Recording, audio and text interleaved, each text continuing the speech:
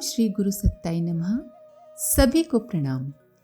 पिछले वीडियो में हमने सुना जब कंस को पता चला कि कृष्ण ही उसके भेजे गए राक्षसों को मार रहे हैं तथा वे देवकी और वसुदेव के पुत्र हैं, तो कंस ने देवकी और वसुदेव को कारागृह में बंद कर दिया और अक्रूर जी को भेजा ताकि वे कृष्ण बलराम को लेकर मथुरा आए और वो उन्हें मरवा डाले। भगवान ने अक्रूर जी को अपना दिव्य स्वरूप दिखलाया। सभी लोग मथुरा पहुंच गए। आइए इसी क्रम को आगे बढ़ाते हैं। मथुरा पहुंचकर अक्रूर जी स्नेहवश श्री कृष्ण बलदेव जी से अपने घर चलने का आग्रह करने लगे। भगवान ने उचित समय न समझकर उन्हें समझा बुझाकर विदा कर दिया। दूसरे दिन प्रातःकाल से सभी लोग व्यवस्था और तैयारी में लग गए। तीसरे प्रहर श्री कृष्ण अपने भाई तथा मित्रों के साथ मथुरा नगरी देखने निकले। उन्होंने नगर में दुष्ट और सज्जन दोनों ही प्रकार के लोग देखे। दुष्ट व्यक्ति कंस के समर्थक तथा उससे रक्षित थे, अतः उदंड थे। सज्जन व्यक्ति कंस के भय से डरे रहते थे। श्री कृष्ण ने निर्भयता से दुष्टों को आतंकित तथा सज्जनों को संतुष्ट करना प्रारंभ कर दिया। नगर में सुदामा नामक एक माली रहता था। वो बड़ा ज्ञानी और भक्त था। श्री कृष्ण बलराम उसके यहाँ पहुंचे। उसने इनका स्वागत किया तथा भावना पूर्वक वंदना करने लगा। आप दोनों संपूर्ण जगत के परम कारण हैं। आप संसार के अभ्युदय, उन्नति और निःश्रेयस मोक्ष के लिए ही इस पृथ्वी पर अपने ज्ञान, बल आदि अंशों के साथ अवतीर्ण हुए हैं। भगवान जगत के आदि कारण हैं। उनका अवतार एक साथ अनेक अंशों सहित होता है। वे शरीर में ही सीमित नहीं होते। इस प्रकार दोनों भाई अपने सखाओं सहित नगर के सभी दर्शनीय स्थल देखते रहे। कई स्थानों पर उदंड अहंकारी दुष्टों से उनका सामना हुआ तो उन्होंने उनकी दुष्टता का उचित दंड दिया, और जब कंस के सैनिक दुष्टों के समर्थन के लिए आए तो दोनों भाइयों ने मिलकर उन्हें मार पीट कर भगा दिया। उनके द्वारा अनीति के साहसपूर्ण प्रतिकार तथा सज्जनों के सम्मान और समर्थन की अनेक घटनाओं की चर्चा सारे शहर में फैल गई। दुष्ट आतंकित हो गए तथा जन श्रद्धा उनके पक्ष में हो गई। जब नगर निवासियों ने दोनों भाइयों के इस अद्भुत पराक्रम की बात सुनी और उनके तेज साहस तथा अनुपम रूप को देखा, तब उन्होंने यही निश्चय किया कि हो ना हो ये दोनों कोई श्रेष्ठ देवता हैं। सत्कर्म परायण व्यक्ति जन श्रद्धा के अधिकारी हो जाते हैं। मनुष्य के गुण ही उसे देवताओं जैसी श्रद्धा दिला सकते हैं। इस प्रकार एक दिन में ही सारा नगर देखकर, दुष्टों का मनोबल तोड़कर तथा जनमानस अपने पक्ष में करके दोनों भाई अपने डेरे पर लौट आए। उधर कंस रात भर बेचैन रहा। उसके मन में भांति भांति के अशुभ संकल्प उठते रहे। उसी प्रकार के दृश्य दिखते रहे। सवेरे सूर्योदय के साथ ही विशेष समारोह आरंभ हुआ। रंग भूमि में सभी लोग यथास्थान जा बैठे। कंस के सिंहासन पर बैठते ही पहलवान ताले ठोकने लगे और नगाड़े बजने लगे। नहा धोकर संध्यादि से निवृत्त होकर दोनों भाइयों ने जब नगाड़े सुने तो वे भी रंग भूमि देखने चल पड़े। रंग भूमि के मुख्य द्वार पर ही कुवलिया पीढ़ हाथी रास्ता रोके खड़ा था। महावत ने उन्हें जाने का रास्ता देने की अपेक्षा उन पर हाथी दौड़ा दिया। श्री कृष्ण कुछ देर तक तो हाथी के साथ खेल करते रहे, फिर सूंड पकड़कर गिराकर उसे महावत सहित मार डाला।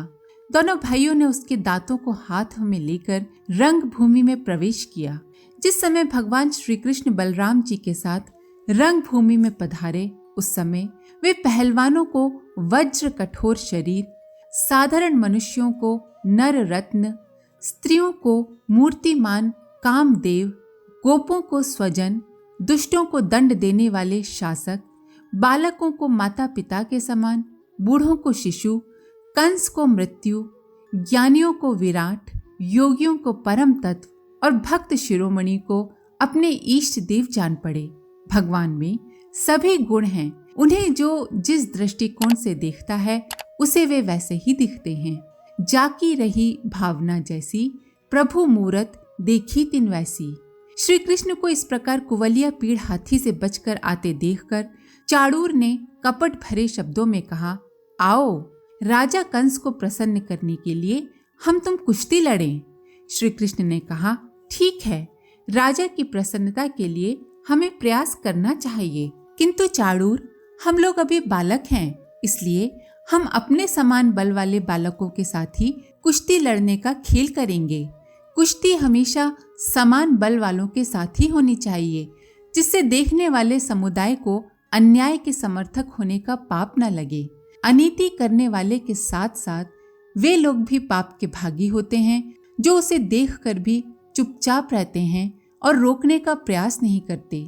चाणूर ने कृष्ण की बात सुनकर कहा, तुम दोनों भाई बालकों या किशोरों की कोटि में नहीं, श्रेष्ठ पहलवानों की कोटि में आते हो। तुमने 1000 हाथियों के बराबर बलशाली कुवलिया पीड़ को खेल खेल में ही मार डाला, इसलिए तुम मुझसे और बलराम मुष्टिक से लड़ो, इसमें कोई अनीति नहीं है। भगवान तनिक भी विचलित नहीं हुए। जैसे फूलों के गजरे की मार से गजराज विचलित नहीं होता, उन्होंने चाणूर की दोनों भुजाएं पकड़ ली और अंतरिक्ष में बड़े वेग से कई बार घुमाया।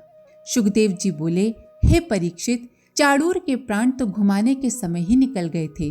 कृष्ण ने उसे धरती पर दे मारा। इधर मुष्टिक ने भी बलराम पर घूंसा चलाया। बदले में बलराम जी ने उसे तमाचा मारा।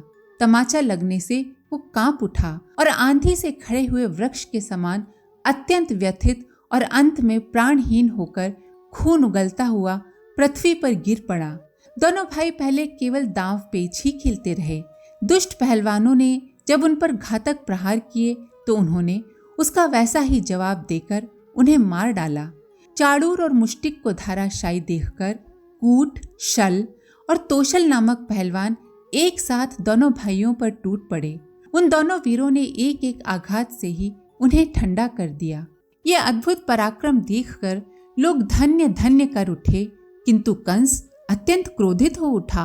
अपने सेवकों से कहने लगा, इन बालकों को शहर से बाहर निकालकर गोपों की सारी संपत्ति जब्त कर लो और वसुदेव एवं उग्रसेन को मार डालो। ये सुनकर कृष्ण उछलकर उसके सिंहासन के पास जा पहुंचे। कंस ढाल तलवार लेकर उन पर वार करने लगा, किंतु कृष्ण ने फुर्ती से उसके वारों से बचकर उसे पकड़ लिया। इसी समय कंस का मुकुट गिर गया और भगवान ने उसके केश पकड़कर उसे भी उस ऊंचे मंच से रंग भूमि पर गिरा दिया। फिर आत्मनियंत्रित और सारे विश्व के आश्रय भगवान श्री कृष्ण उसके ऊपर स्वयं कूद पड़े। श्री कृष्ण जैसे ही कंस पर कूदे वैसे ही उसके प्राण निकल गए। ये देखकर न्यो, ग्रोध आदि कंस के 8 भाई बदला लेने की भावना से एक साथ दौड़ पड़े। जब भगवान बलराम जी ने देखा कि वे बड़े वेग से युद्ध के लिए तैयार होकर दौड़े चले आ रहे हैं, तब उन्होंने परिघ उठाकर उन्हें वैसे ही मार डाला जैसे सिंह पशुओं को मार डालता है। दोनों भाई एक दूसरे के पूरक बनकर रहते थे। कंस के वध से देवता और सज्जन लोग प्रसन्न हो उठे तथा उसके भाइयों की पत्नियां विलाप करने लगी। वे पश्चाताप करती हुई कहने लगी, हे स्वामी, आपने निरपराध प्राणियों के साथ घोर द्रोह किया था, अन्याय किया था, इसी से आपकी ये गति हुई। सच है, जो जगत के जीवों को परेशान करता है, उनका अहित करता है, ऐसा मनुष्य कैसे शांति पा सकता है।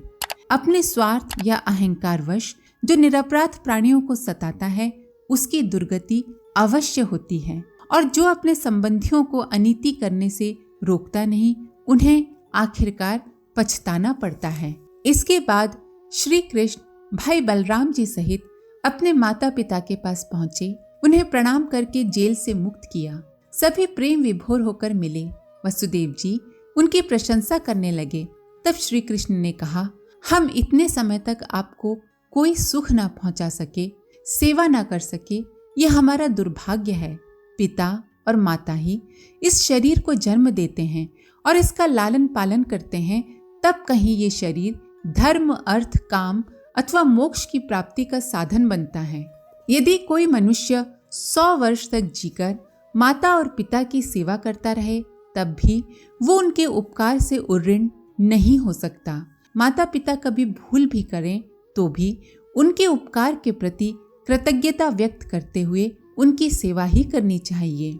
जो स्त्री या पुरुष समर्थ होकर भी बूढ़े माता पिता, संतान, गुरु और शरणागत का भरण पोषण नहीं करता है, वो जीते हुए भी मुर्दे के समान ही है। देवकी नंदन भगवान श्री कृष्ण ने अपने नाना उग्रसेन को यदुवंशियों का राजा बना दिया।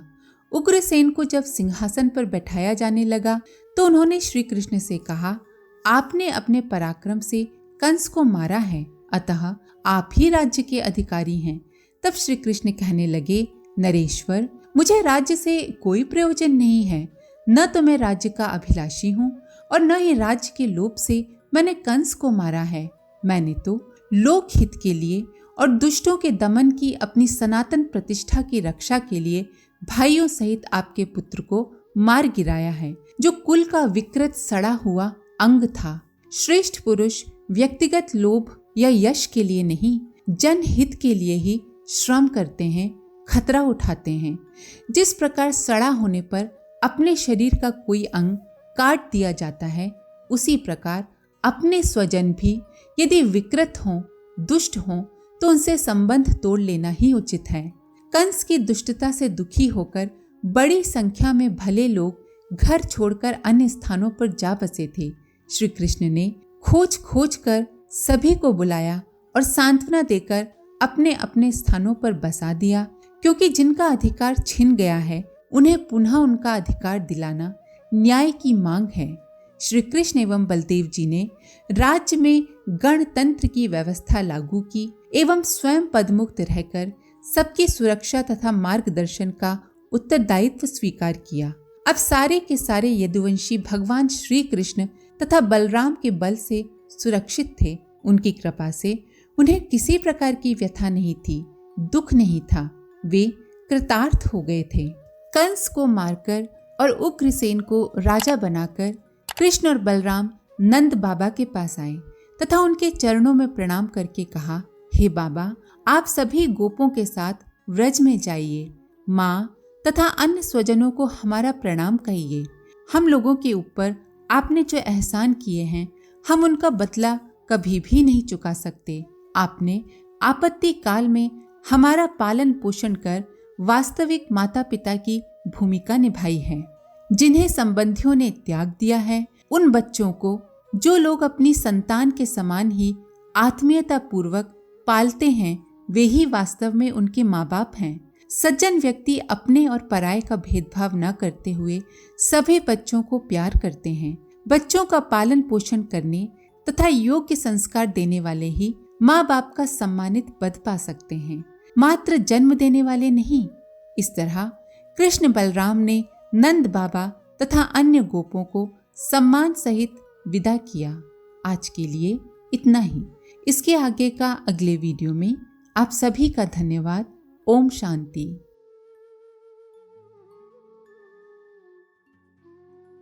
हमारे YouTube चैनल को सब्सक्राइब करें और बेल आइकन को दबाकर ऑल पर क्लिक करें ताकि आने वाले सभी वीडियोस की नोटिफिकेशन आपको मिलती रहे।